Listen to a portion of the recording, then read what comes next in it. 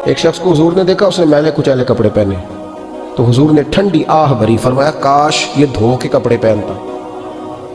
ایک شخص کو دیکھا بال بکھرے ہیں، کنگھی نہیں کی، تو حضور فرمانے لگے کاش یہ کنگھی کر لیتا۔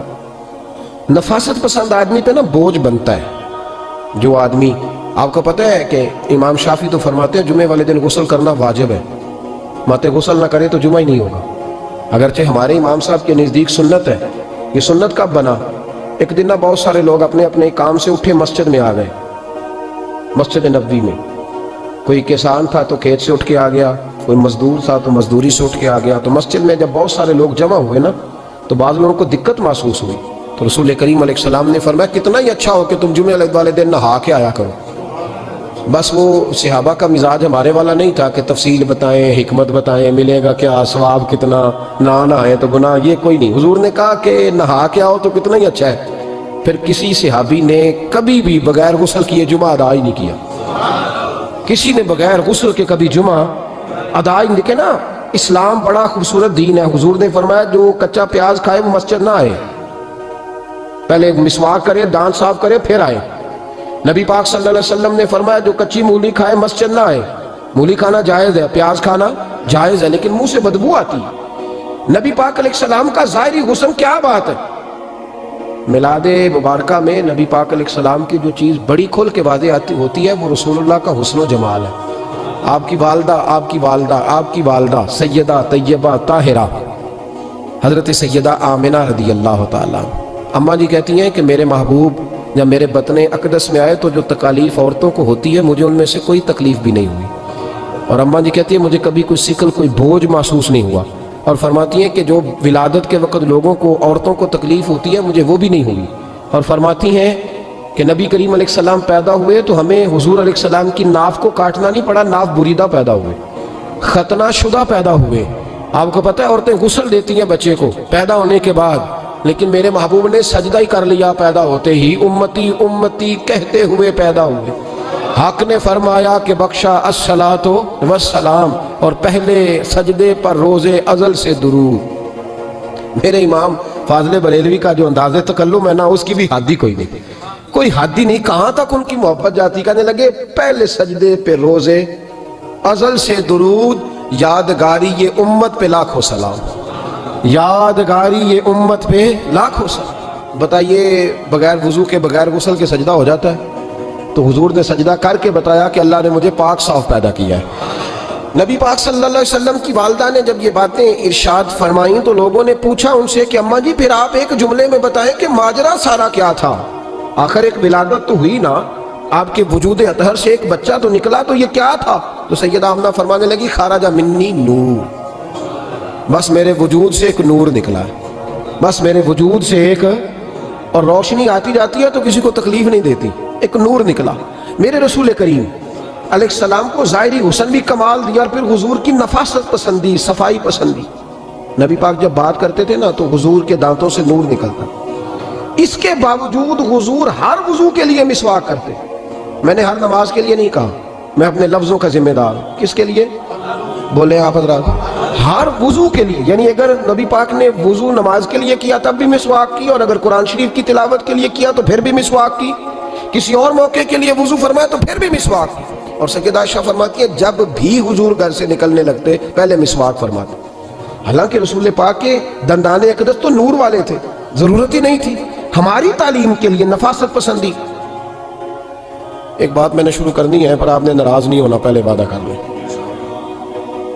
جڑے نہیں بولے انہوں نے کی رہا ہو جانا ہے، چلو ہو جائے جی، کوئی گل نہیں، خیر ہو جائے آپ ناراض۔ نبی پاک نے بڑی مونچھیں نہیں پسند کی، حضور کو اچھی نہیں لگتی۔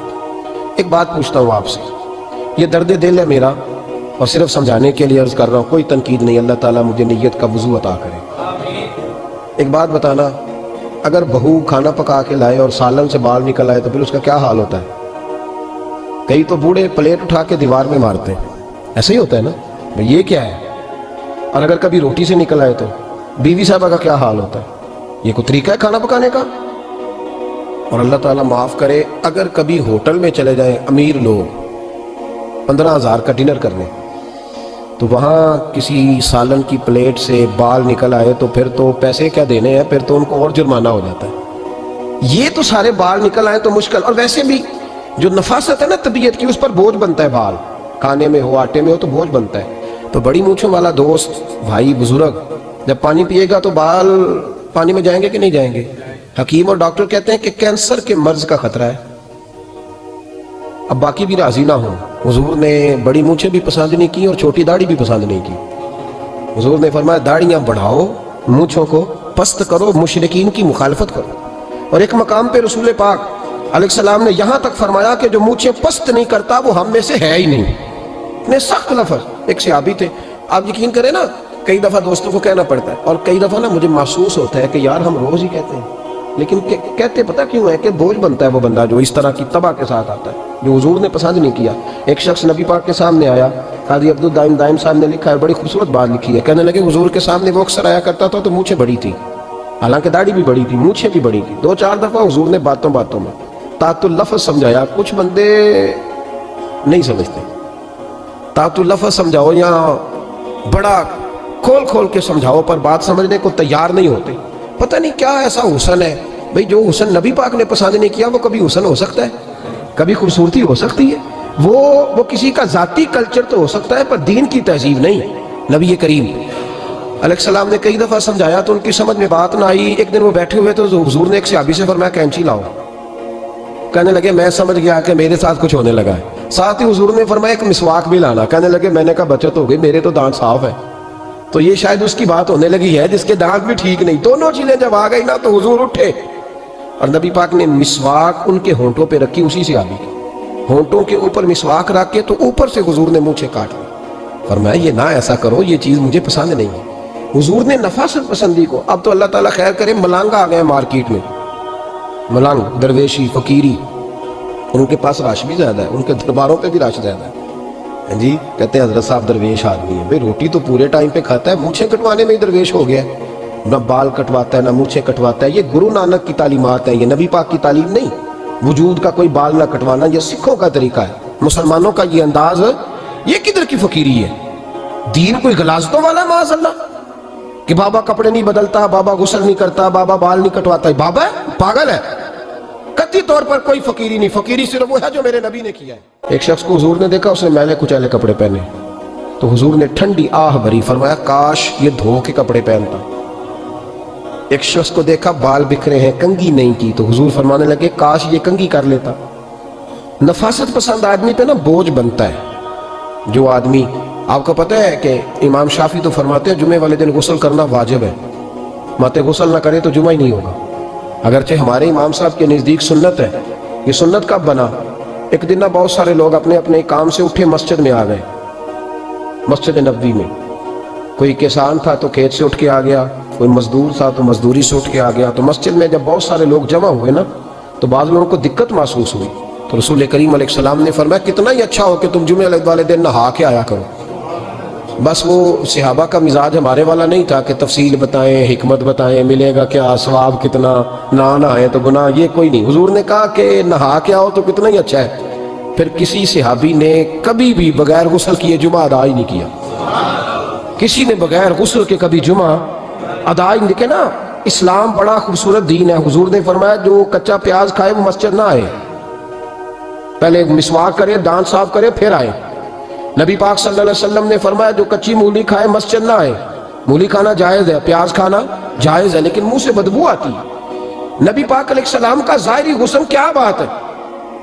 میلاد مبارکہ میں نبی پاک علیہ السلام کی جو چیز بڑی کھول کے واضح ہوتی ہے وہ رسول اللہ کا حسن و جمال ہے. آپ کی والدہ سیدہ طیبہ طاہرہ حضرت سیدہ آمنہ رضی اللہ تعالیٰ.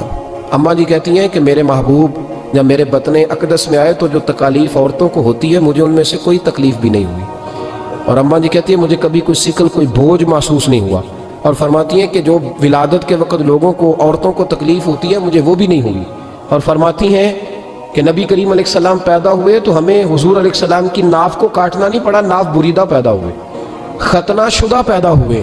آپ کو پتہ ہے عورتیں غسل دیتی ہیں بچے کو پیدا ہونے کے بعد، لیکن میرے محبوب نے سجدہ ہی کر لیا پیدا ہوتے ہی. امتی امتی کہتے ہوئے پیدا ہوئے.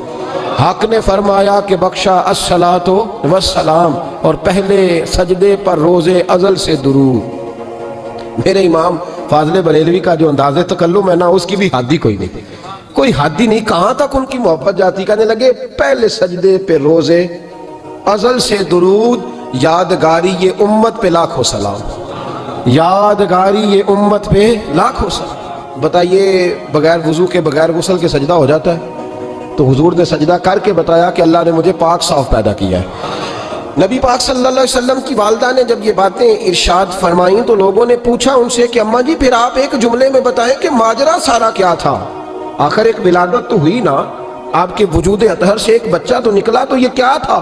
تو سیدہ آمنہ فرمانے لگی خارج منی نور، بس میرے وجود سے ایک نور نکلا ہے، بس میرے وجود سے ایک، اور روشنی آتی جاتی ہے تو کسی کو تکلیف نہیں دیتی، ایک نور نکلا. میرے رسول کریم علیہ السلام کو ظاہری حسن بھی کمال دیا، اور پھر حضور کی نفاست پسندی، صفائی پسندی. نبی پاک جب بات کرتے تھے نا تو حضور کے دانتوں سے نور نکلتا، اس کے باوجود حضور ہر وضو کے لیے مسواک کرتے. میں نے ہر نماز کے لیے نہیں کہا، میں اپنے لفظوں کا ذمہ دار ہوں. کس کے لیے بولے آپ حضرات؟ ہر وضو کے لیے. یعنی اگر نبی پاک نے وضو نماز کے لیے کیا تب بھی مسواک کی، اور اگر قرآن شریف کی تلاوت کے لیے کیا تو پھر بھی مسواک کی، کسی اور موقع کے لیے وضو فرمایا تو پھر بھی مسواک کی. اور سیدہ عائشہ فرماتی ہے جب بھی حضور گھر سے نکلنے لگتے پہلے مسواک فرماتے. حالانکہ رسول پاک کے دندان اقدس تو نور والے تھے، ضرورت ہی نہیں تھی. ہماری تعلیم کے لیے نفاست پسندی. ایک بات میں نے شروع کرنی ہے پر آپ نے ناراض نہیں ہونا، پہلے وعدہ کر لیں. جڑے نہیں بولے انہوں نے کی رہا ہو جانا ہے، چلو ہو جائے کوئی گل نہیں، خیر ہو جائے آپ ناراض. نبی پاک نے بڑی مونچھیں نہیں پسند کی، حضور کو اچھی نہیں لگتی. ایک بات پوچھتا ہوں آپ سے، یہ درد دل ہے میرا اور صرف سمجھانے کے لیے عرض کر رہا ہوں، کوئی تنقید نہیں. اللہ تعالیٰ مجھے نیت کا وضو عطا کرے. ایک بات بتانا، اگر بہو کھانا پکا کے لائے اور سالن سے بال نکل آئے تو پھر اس کا کیا حال ہوتا ہے؟ کئی تو بوڑھے پلیٹ اٹھا کے دیوار میں مارتے ہیں، ایسے ہی ہوتا ہے نا بھئی یہ کیا ہے. اور اگر کبھی روٹی سے نکل آئے تو بیوی صاحبہ کا کیا حال ہوتا ہے؟ یہ کوئی طریقہ ہے کھانا پکانے کا؟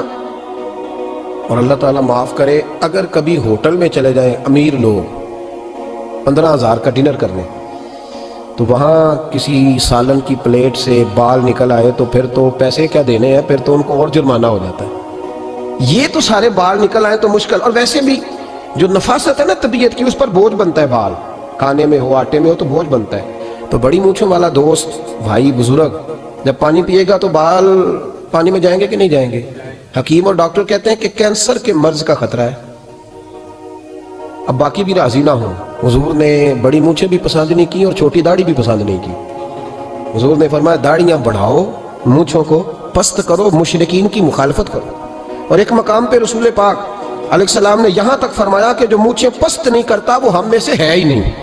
اتنے سخت لفظ. ایک صحابی تھے، آپ یقین کریں نا، کئی دفعہ دوستوں کو کہنا پڑتا ہے اور کئی دفعہ نا مجھے محسوس ہوتا ہے کہ یار ہم روز ہی کہتے ہیں، لیکن کہتے پتہ کیوں ہے کہ بوجھ بنتا ہے وہ بندہ جو اس طرح کی طبع کے ساتھ آتا ہے جو حضور نے پسند نہیں کیا. ایک شخص نبی پاک کے سامنے آیا، قاضی عبدالدائم دائم صاحب نے لکھا ہے، بڑی خوبصورت بات لکھی ہے. کہنے لگے حضور کے سامنے وہ اکثر آیا کرتا تھا تو مونچھیں بڑی تھی، حالانکہ داڑھی بھی بڑی تھی، مونچھیں بھی بڑی تھی. 2-4 دفعہ حضور نے باتوں باتوں میں تات اللفظ سمجھایا. کچھ بندے نہیں سمجھتے. تات اللفظ سمجھاؤ یا بڑا کھول کھول کے سمجھاؤ پر بات سمجھنے کو تیار نہیں ہوتے. پتہ نہیں کیا ایسا حسن ہے بھئی، جو حسن نبی پاک نے پسند نہیں کیا وہ کبھی حسن ہو سکتا ہے، کبھی خوبصورتی ہو سکتی ہے. وہ کسی کا ذاتی کلچر تو ہو سکتا ہے پر دین کی تہذیب نہیں. نبی کریم علیہ السلام نے کئی دفعہ سمجھایا تو ان کی سمجھ میں بات نہ آئی. ایک دن وہ بیٹھے ہوئے تو حضور نے ایک صحابی سے فرمایا کینچی لاؤ. کہنے لگے میں سمجھ گیا کہ میرے ساتھ کچھ ہونے لگا ہے. ساتھ ہی حضور نے فرمایا ایک مسواک بھی لانا. کہنے لگے میں نے کہا بچت ہو گئی، میرے تو دانت صاف ہے. تو یہ شاید اس کی بات ہونے لگی ہے جس کے دانت بھی ٹھیک نہیں. دونوں چیزیں جب آ گئی نا تو حضور اٹھے اور نبی پاک نے مسواک ان کے ہونٹوں پہ رکھی. اسی سے آبی ہونٹوں کے اوپر مسواک رکھ کے تو اوپر سے حضور نے مونچھیں کاٹ لی. فرمایا یہ نہ ایسا کرو، یہ چیز مجھے پسند نہیں ہے. حضور نے نفاست پسندی کو. اب تو اللہ تعالیٰ خیر کرے ملانگ آ گئے مارکیٹ میں، ملانگ، درویشی، فقیری، ان کے پاس رش بھی زیادہ ہے، ان کے درباروں پہ بھی رش زیادہ ہے. جی کہتے ہیں حضرت صاحب درویش آدمی ہے. بھئی روٹی تو پورے ٹائم پہ کھاتا ہے، مونچھیں کٹوانے میں ہی درویش ہو گیا ہے. نہ بال کٹواتا ہے نہ مونچھیں کٹواتا ہے. یہ گرو نانک کی تعلیمات ہے، یہ نبی پاک کی تعلیم نہیں. وجود کا کوئی بال نہ کٹوانا یہ سکھوں کا طریقہ ہے. مسلمانوں کا یہ انداز، یہ کدھر کی فقیری ہے؟ دین کوئی غلاظتوں والا معاذ اللہ کہ بابا کپڑے نہیں بدلتا، بابا غسل نہیں کرتا، بابا بال نہیں کٹواتا. بابا ہے؟ پاگل ہے. قطعی طور پر کوئی فقیری نہیں. فقیری صرف وہ ہے جو میرے نبی نے کیا ہے.